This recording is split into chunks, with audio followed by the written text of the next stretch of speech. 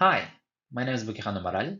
I'm a PhD student with Queen Mary University of London and University of Genoa, and this is a presentation on virtual reality-based telerobotics framework with DEPS cameras. The advanced robotic at Queen Mary is involved with nuclear site decommissioning project with the National Center for Nuclear Robotics. In our research, we study novel VR-based human-robot interaction interfaces for efficient telemanipulation. I would like to start with remote site exploration and visualization in VR teleoperation. Often VR teleoperation systems use a single external static RGBD camera to reconstruct the remote environment in 3D.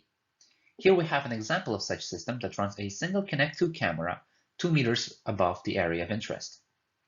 Depending on the scene geometry, reflectivity, and lighting conditions, a RGBD camera can suffer from occlusions and point cloud distortions that complicates exploring and interacting with the remote scene. One common solution is to use an extra RGBD camera or cameras to reconstruct the point cloud from multiple viewpoints.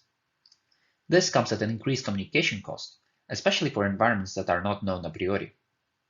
Another solution is to use RGB video streams, since they do not suffer from distortions. But then, the operator has to switch between 2D and 3D mindset, which leads to increased cognitive load. We suggest that in-hand RGBD can be used instead. Our VR teleoperation framework adds 3 novel features. We experimentally demonstrate that the combination of in-hand RGBD and Octomap provides a better visualization of remote environment than existing solutions. We introduce gesture-based navigation that allows the operator to manipulate the 3D visualization of the remote environment in VR. Finally, we propose 3 different methods for grasping that are suitable for setups with in-hand RGBD vision. We performed an experiment in which we compared the operator's ability to explore the remote environment with our proposed visualization mode and existing ones. Our experimental setup consists of a Panda robot that was teleoperated through virtual reality.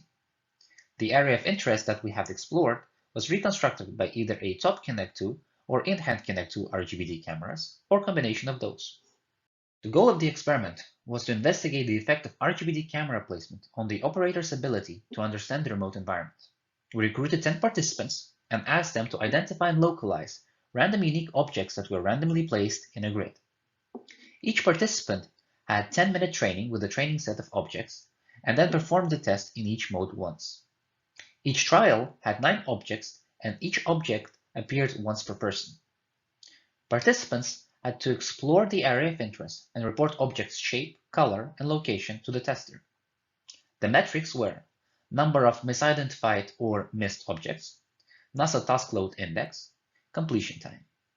We also benchmarked the communication requirements for each mode. We had 4 experimental conditions illustrated in the image below. Top camera mode, captured from the Connect 2 RGBD camera fixed 2 meters above area of the interest. In-hand camera, captured from Connect 2 attached to the robot's end effector, both cameras simultaneously, and in-hand camera with Octomap. The main takeaway point of the experiment is that in-hand camera with Octomap provided the best trade-off between visualization and communication load. Since the in-hand camera could be moved, participants had a better detailed view on each object.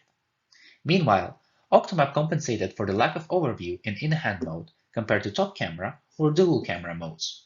Unfortunately, we did not find any statistically significant differences in task completion time and the task load. However, the breakdown of workload showed that both in-hand mode and in-hand with Octomap mode scored considerably lower on mental demand and frustration. One drawback of in-hand RGBD is interacting with objects. An RGBD camera requires a minimum distance to an object to register it as a point cloud. In other words, RGBD camera is effectively blind to everything that is too close to it. As we approach towards a teddy bear, it disappears. We suggest a few ways to deal with this problem. Assuming that the object of interest is static, we can segment it, clone it, and then plant the grasp on a segmented clone. The segmentation implemented here segments all points that are contained within a single contiguous Octomap chunk. More data can be added by moving the camera and rescanning. Then, as we approach towards the grasp, the live point cloud disappears, but the segmented clone persists and the grasp can be made.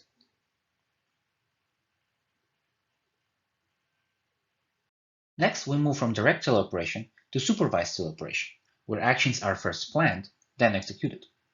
Compared to the previous method, this method is less physically demanding.